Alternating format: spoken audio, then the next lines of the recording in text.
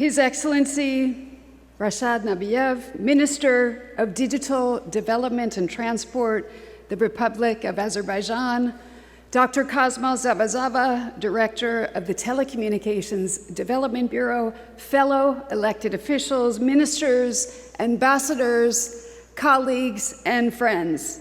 I am honored to welcome you to the World Telecommunications Development Conference. The WTDC has always had a special place in my heart. One of my very first projects upon arriving to the ITU was to support the preparations for that very first WTDC.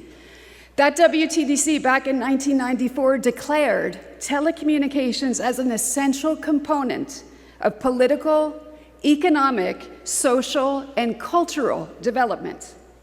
Now, in its 9th edition, this is my first WTDC as Secretary General, and it's the first to be held here in the CIS region.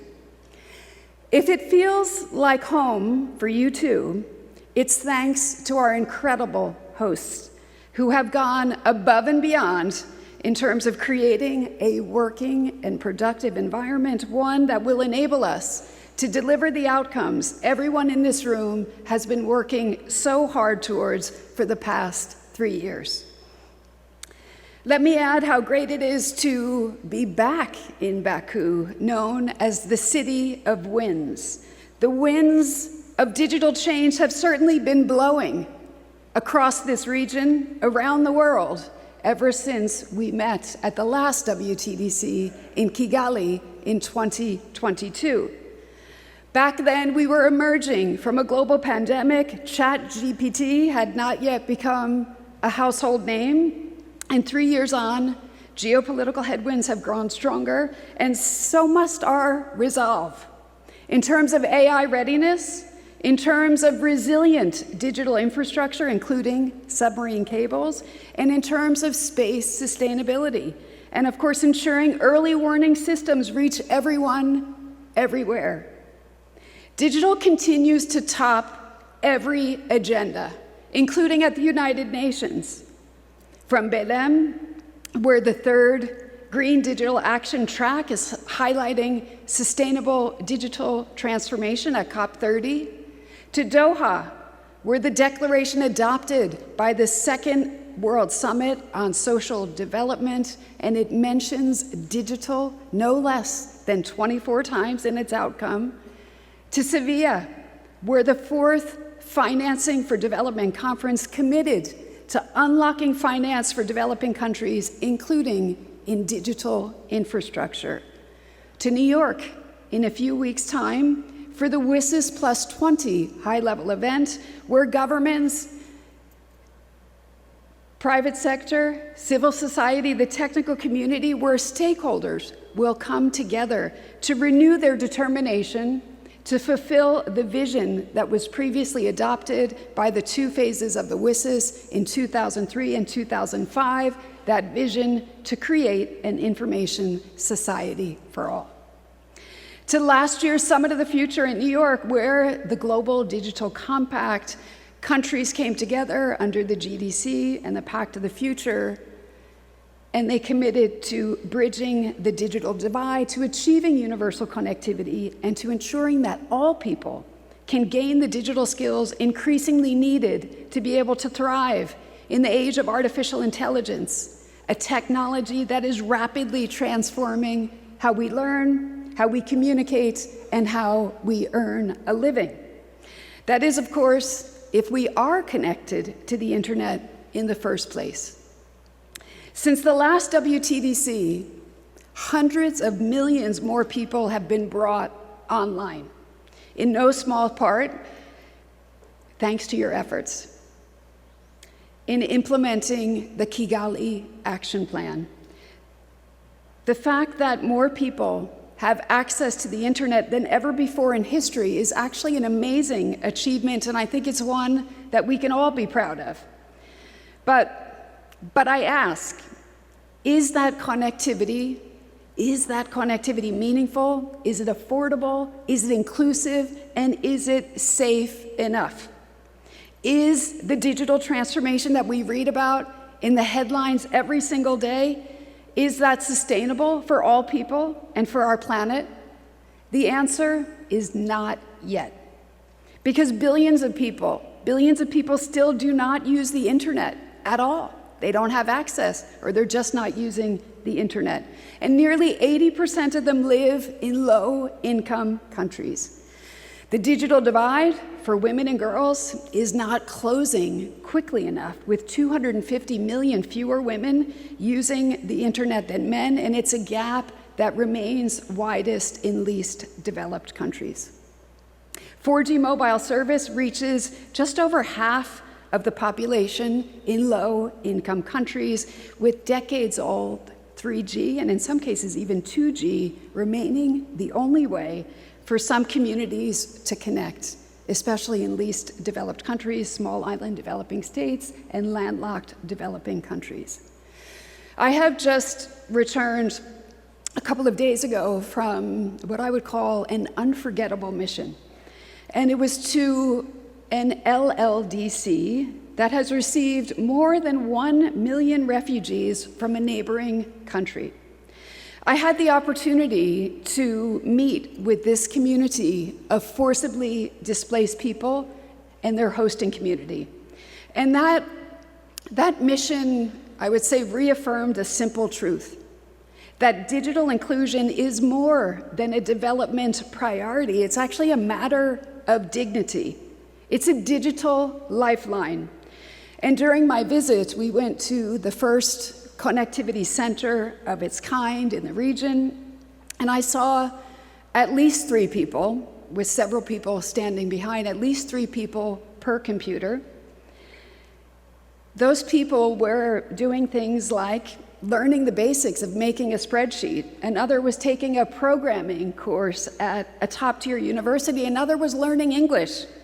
And the other was drawing the future that he envisaged for his family and for himself. Every single young person that I met there spoke powerfully, with passion, and they always had a smile. They spoke about how connectivity gives them access to family, to friends, to services, to education, and to job opportunities, and I think most importantly, to hope. Hope to rebuild in the wake of unimaginable tragedy and loss. And as the chair of the last WTDC, Minister Paula Ingabire of Rwanda, I think so well stated, connectivity is and will continue to be a cornerstone for the individual and the collective resilience of humanity. Because connectivity can mean a child's chance to receive an education, a new business using mobile money to provide essential services, an expectant mother gaining access to critical health information, a young person's chance to build the skills that boost their chances in terms of earning a livelihood. And here in Baku, our task, ladies and gentlemen, is to help meet those needs and to build that resilience through our policy discussions and our resolutions. We are here at WTDC to make digital opportunities meaningful and accessible to all people.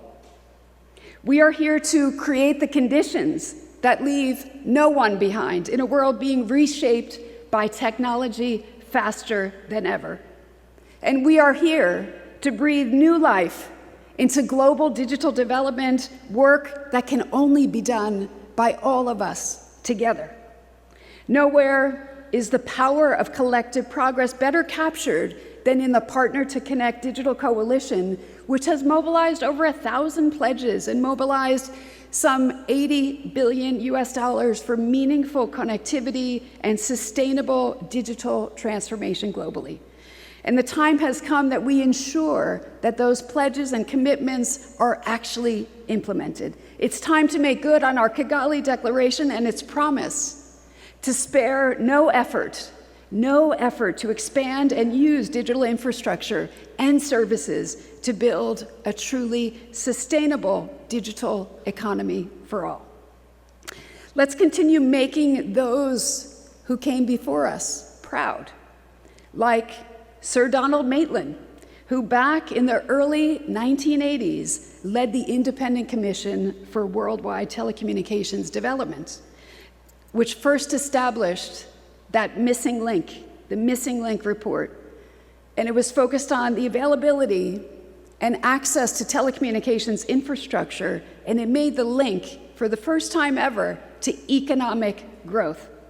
The report of the Maitland Commission called on the world to close the intolerable gap, as they called it, the intolerable gap in telephone access between developed and developing countries by putting fixed line telephones within walking distance by the year 2000. That very report actually led the decisive groundwork for the BDT's creation, and it defined its foundational mission. I think Sir Donald Maitland would be amazed. I think he'd be proud to see how far we've come in the decades since the BDT was created. Because, ladies and gentlemen, when we pool our resources towards the shared goal of universal, meaningful connectivity and sustainable digital transformation for all, when we are united to deliver as one ITU, as one UN family, there is nothing that we can't do.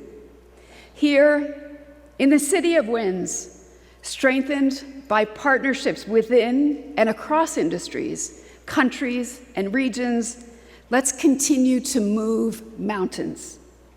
May our digital development ambitions, investments rise to match each new wave of tech innovation. Together, let us continue creating a more inclusive, affordable, sustainable digital future for all people everywhere. Thank you.